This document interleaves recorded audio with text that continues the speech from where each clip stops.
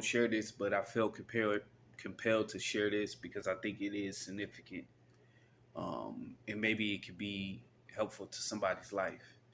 It's definitely helpful for me. I was right here. I'm doing this. I was doing my journaling, and I thought about this dream that I had prior to coming to work.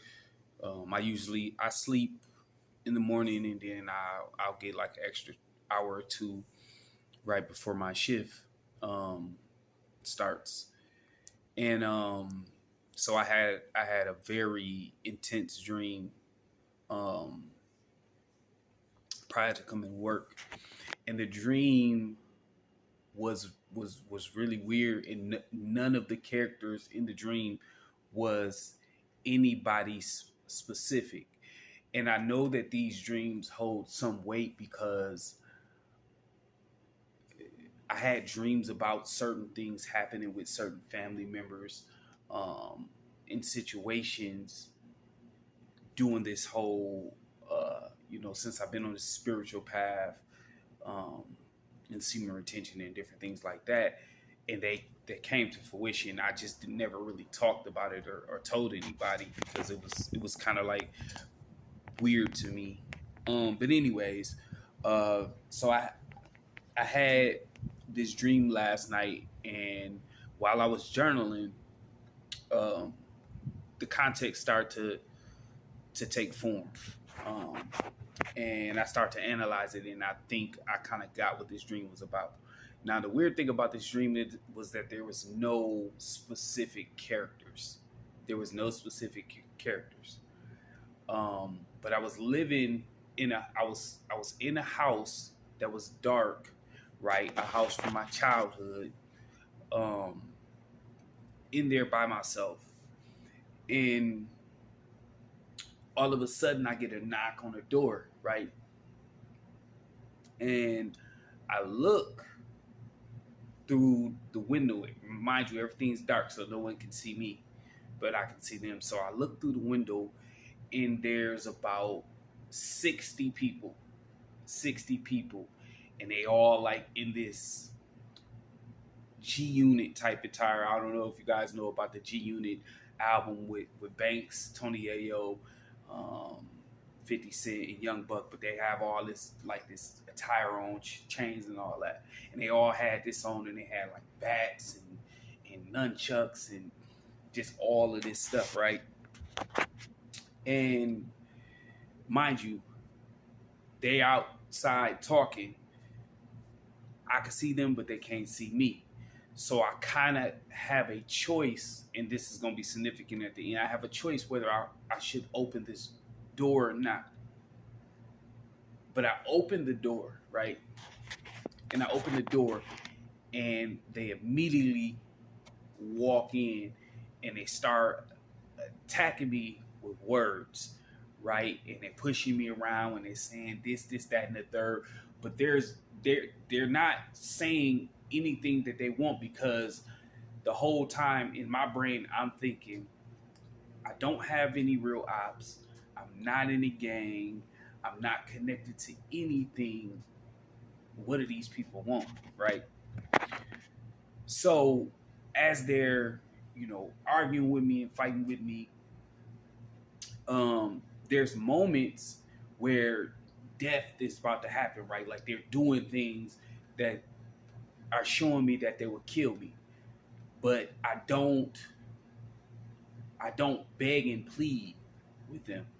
I just react and try to fight back, right? And then somehow I disappear somewhere in the house, and they can't catch me. And then another two people pop up out of it, and these people are just all around the house. And then another two people come, and then I ensue to fight again, and I ensue to fight again. But I'm seeing that in the dream that I'm clearly outnumbered. It seems like I can't beat these people.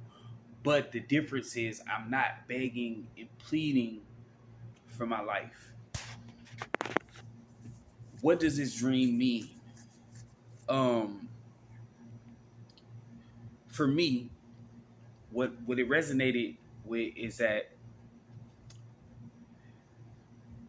the opposition is internal. The opposition that we face is internal, and we all have one thing that's near and dear to our heart. That's our gifts, our dreams, and something that we feel that we're put on this earth to do, right? We all have something that we're put on this earth to do, and it requires a level of discipline, work, and it requires us to extract and subtract things that don't, not just things, people, places, to for us to excel at these things.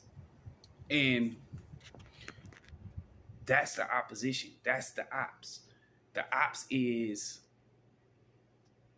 substance abuse. The ops is toxic relationships. The ops is bad eating, whatever it is in our lives that's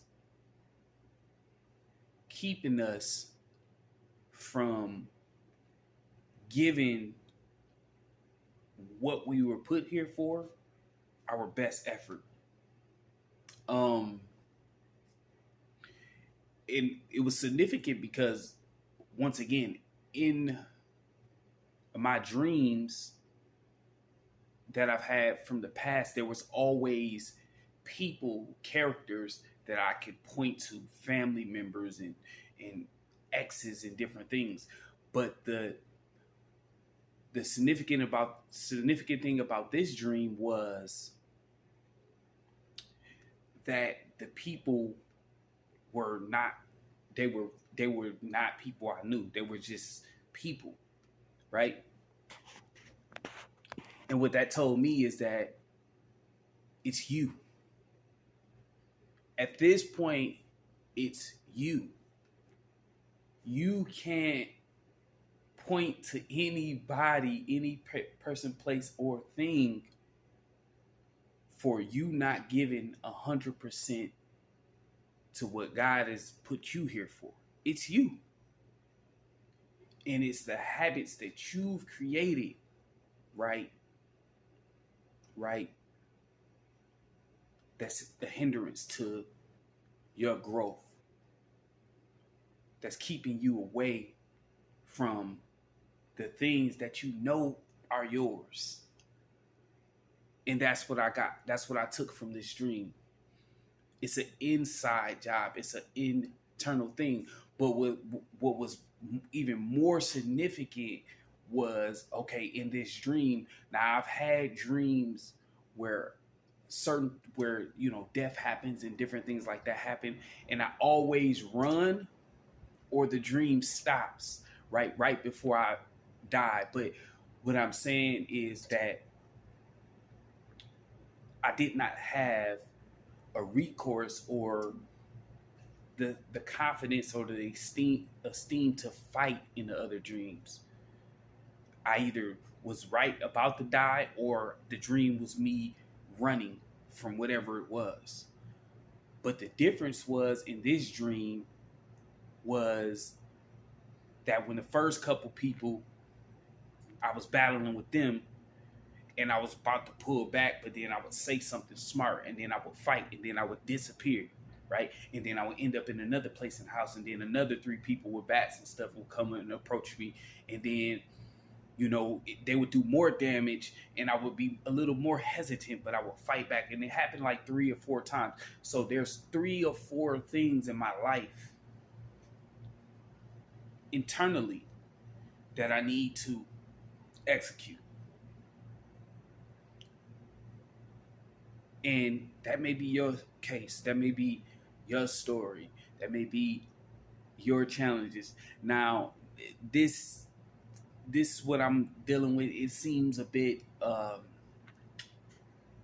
the reason why I never really tell anybody about these dreams and different things like that, because it seems a little like spooky or conspiracy or whatever. I really don't get into that type of stuff. But it's happened so much um, that I had to share. And the biggest thing that I got, apart from what I just said, which is like there's some things that needs to be extracted from me, right? Before the level up really happens. The difference was there was esteem and confidence there in the midst of war. There was esteem and confidence, and I wasn't afraid of dying. And that's the most significant part, because confidence, self-confidence, confidence in who you are, love of who you are, acceptance of who you are, the good, the bad, and the ugly, is the major key. That's the big key. And you want to know what else I'm realizing is that there's a very low percentage and a very minority group that has done the work to unlock that trait. It's available to everybody. But true esteem, true confidence, true knowing, true accepting, true embracing, true being comfortable and loving who you are in your skin, it is not a common thing in society today. So, self-esteem, confidence, dreams, and the ops, the habits, whatever you gotta let go, let it go. Whatever you gotta add on, add it on. That's all I got, man. Dream big, work hard, live great. Don't stop. It's your boy Sean Rock Tiller. I'm signing out. Peace.